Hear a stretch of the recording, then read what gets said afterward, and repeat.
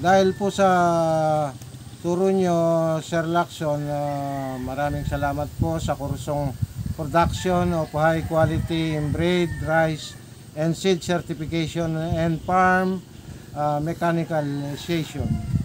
Nagpapasalamat po kaming mga magsasaka dahil nag-click naman, hindi pa man umaani pero nakikita namin maganda yung kinalabasan ng turo nyo sa amin. Kaya salamat po sa Tesla.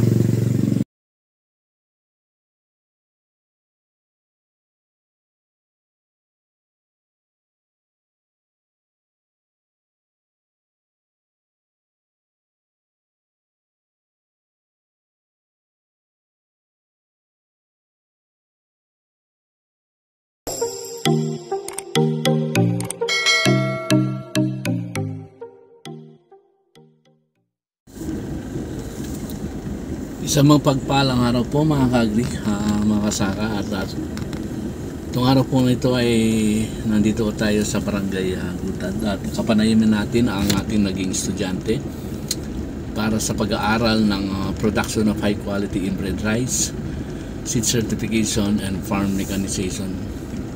So ngayon po ay halos sa araw na po panahon ng pagtatanim sa kanila. So tayo po nandito para pasyalan kung ano na po ang kasalukuyang sitwasyon ng kaniyang bukid. So ito po may nagtatanim po. Ayan po.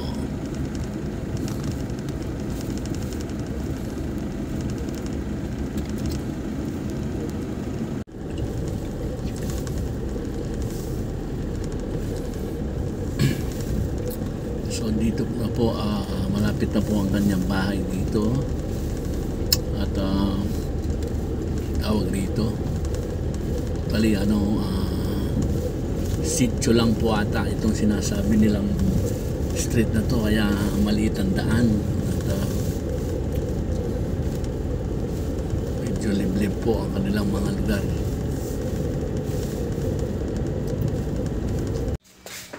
Gandang hapon na po, no? Nandito na tayo kay sa isa sa mga naging estudyante natin. Ayan po, nandito na sila. Ito po ang kanyang bahay. Sir, ano pangalan mo, sir? Danilo Manalili, sir. Siya sa mga estudyante natin, si Danilo Manalili. So nandito tayo sa kanyang bahay, pero mamaya pupunta tayo doon sa kanyang bukid. Sir, ilang days na ba yung palay mo? Bali, magwa 1 month na sa 4, sir. Pagkatanim, no? Aha.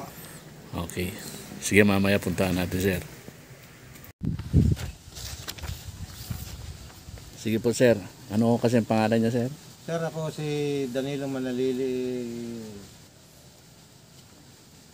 Taga Gutad. taga Gutad, Florida Blanca, Pampanga, sir. Okay.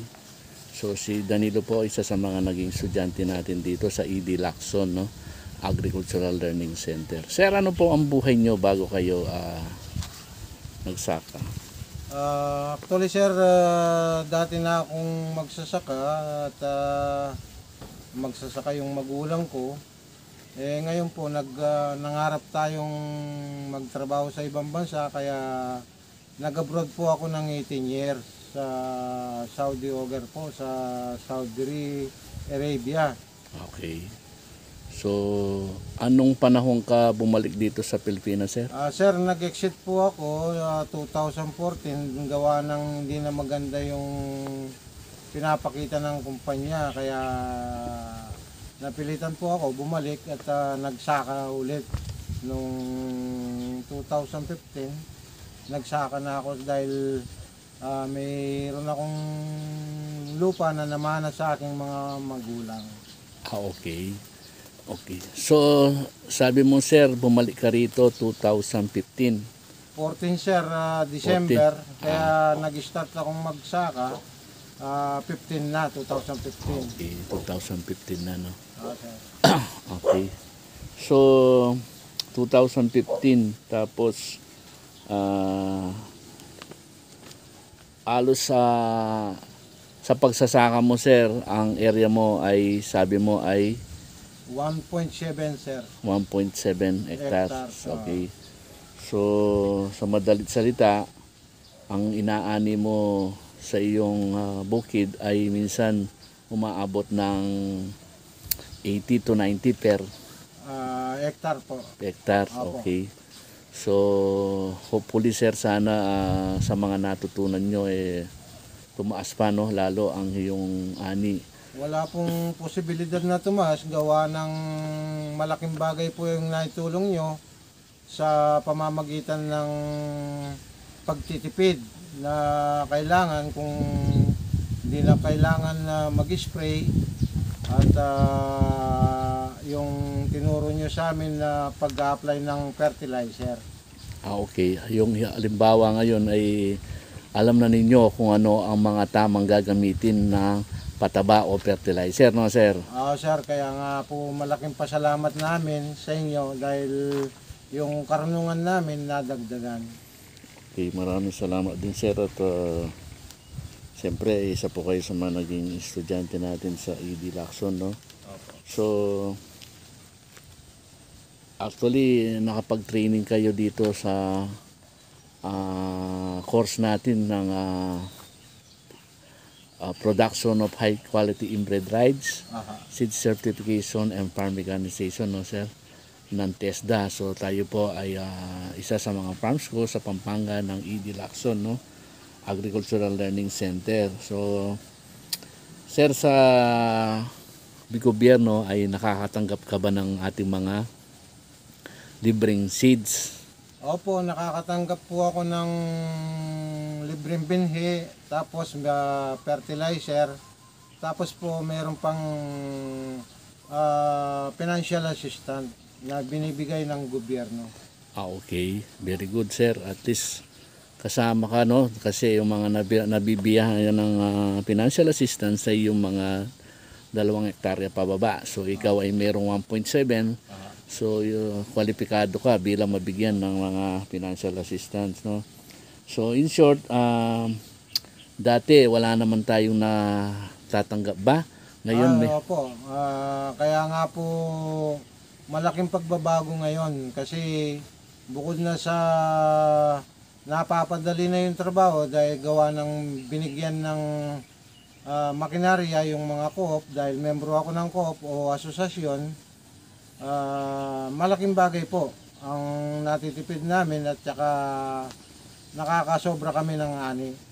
Okay, very good. So may katungkulan ba kayo sa kooperatiba nyo, sir? Opo, ako po yung Vice President ng East West Florida Blanca. Cooperative. Okay. Cooperative po. So ano-ano ba ang na-avail yung machineries? Sir, nakakuha kami ng tinatawag na yung gumagapas na 3-in-1. Tapos bali 3 pong rota at saka kuliglig. 3 po yung binigay ng gobyerno sa amin. Okay. So yung sinasabi mong makinarya, yun yung combine harvester. Sir, combine harvester. Okay. Yun yung ginagapas na tapos iginigiik, no? So bali 2-in-1 ang kanyang tawag, no? Kaya tinatawag siyang combine harvester. So okay, tapos sabi mo may roto din kayo para pangararo ng bukid. Pangararo ng bukid, no? So at least meron na kayong mga makinarya pala sa inyong kooperatiba, no, sir? So ngayon napapadali ang trabaho dahil sa mga makinarya, no, sir? Sir. At the same time, dahil sa kooperatiba na ninyo, medyo nababawasan ang gastos. Kasi sa inyo yun, at ang kooperatiba sa inyo din yun. So in short, tulong sa inyo ng ating gobyerno, may mga makinarya na kayo, no, sir? Sir. So tapos sabi mo nga, nakakakuha ka ng mga libreng mga ganito na binhi, fertilizer, financial assistance dahil sa programa ng RCEP. Okay, so in short, malaking tulong ang RCEP sa mga magsasaka ngayon, sir, sa tingin mo? Ay sir, napakalaki. Napakalaki imbes na kasi sir, yung magulang ko noon, nagtataka ako ba't wala silang kinikita sa pag-ani. Ngayon pala, umutang sila ng patubuhan, tapos pag-ani nila, yun ang binabayad. Hindi ka pares ngayon, nagbibigay ng loan yung RCEP para hindi ka namang mangutang ng patubuhan.